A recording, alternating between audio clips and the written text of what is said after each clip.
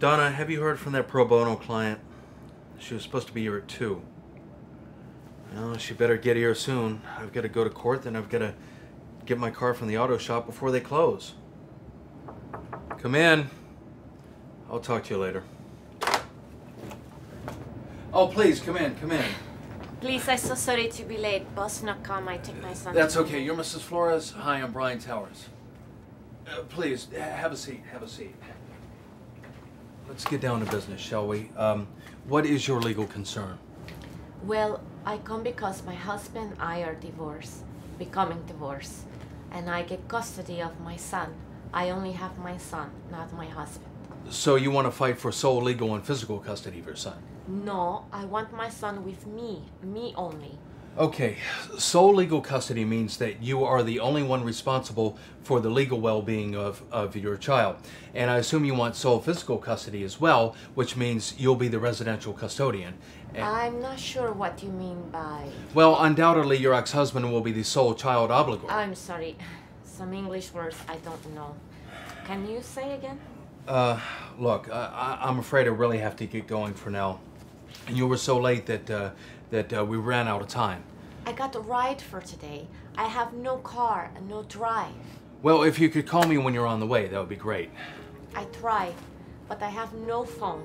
I have only cell phone, but I have only few minutes. Don't worry. We'll talk again soon, okay?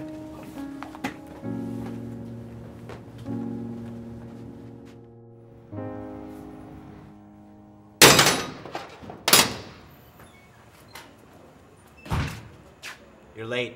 I know, it wasn't my fault. I was held up in court. I took a look at your car. I gotta tear off the whole top of the engine to get the VVTI replaced. The VV what? Variable valve timing with intelligence. Look, I don't know engines. Just tell me how long it's gonna take I gotta keep your car for at least a couple of days. What am I gonna do without a car?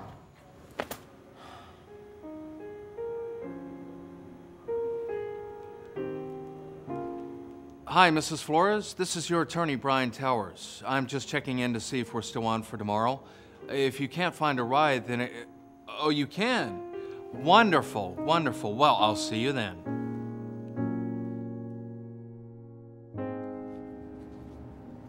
Oh, hello. Good to see you again, Mrs. Flores. Please, come on in. How's Armando doing? He's sick. He has asthma. Oh, I'm sorry to hear that. Well, please, have a seat.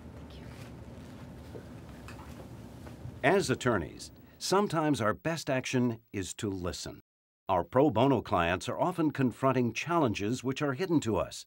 If we take the time to appreciate their circumstances, they will begin to develop a sense of trust. This is very hard. Yeah. Well, you're looking to get child support. Why do you think your ex-husband won't pay it? He say he will tell judge he is not Armando's father. He will say there is another man, but there is no man. He is Armando's father. I work 2 jobs. I don't have enough money to pay for my son. Well, it's okay. The judge is going to listen to both sides, the mother and the father. You see, in our country, men and women have equal say. Just because he says he's not Armando's father doesn't mean the judge will believe him. So, if necessary, we can do a paternity test, and that'll show that he is Armando's father. So, at that point, the court will order him to pay child support. That makes me happy. In my country, these things are very different. Cultural differences surface in many ways. Being aware of them helps us understand why clients may act as they do. The lawyer can read through this, and maybe there's a chance we're not losing the house. Hello. You must be Mr. and Mrs. Coomeran. Carmen Torres, nice to meet you. How do you do, Hi, Ms. nice to Torres? meet you. So, what brings you here today? We're here because we refinanced our house in 2004. At first it was okay, but now we can't afford the mortgage. We've lived in that house for 30 years. I don't want to lose the house. We raised our children in that house. I see. Well, whoever talked you into this certainly wasn't looking out for your interests. Can you help us? I'll certainly try. Did you consult an attorney? I'm just trying to help my family. Everything costs more. It costs more to heat the house. It costs more to put food on the table. It costs more to buy gas.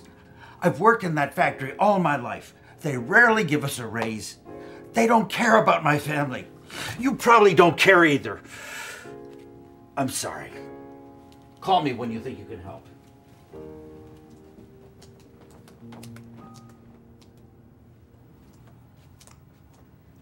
I'm sorry if my husband was rude. He didn't mean it. He's a very proud man. He's always taking good care of our family. He works very hard, but he doesn't read. His friends convinced him to sign that contract, and now we are in big trouble. He knows he made a bad choice, and he doesn't know how to fix it. Yeah, I see what you're saying. I know this is hard for both of you. I know you're scared. Try not to worry. I'll work on this, and I'll call you. I'll do everything that I can do to help you stay in your home, okay? Thank you. Okay. Hey, Brian, how are you? Hey, Carmen, how's it going? Good, good. How about you? I've heard you've taken on a pro bono case. How's that going? Well, it's going pretty well. There's some cultural differences I didn't expect. Took a little getting used to. When we first met, my client wouldn't even shake my hand. Yeah, I know what you mean. I had this one client once who wouldn't look me in the eye. It was strange. I always thought she was trying to hide something. I later learned it's part of her culture. It's a sign of deference. It had nothing to do with her credibility. I even had to explain that to the judge. You know, I have to remind myself not to take things for granted, like transportation, childcare, bank accounts, even the ability to read and comprehend a document. I don't even know how some of these families really manage. You know, it's really tragic how many people just fall through the cracks like that. They really get taken advantage of. Yeah, I know. For me, it really feels good to help and give back. Definitely. Our legal system strives to provide equal access to all. Yet this concept may seem foreign or unattainable by many for whom background, culture, or socioeconomic conditions have built up barriers, real or perceived. By being attuned to the differences of each of your clients, you have the greatest opportunity to do the greatest good.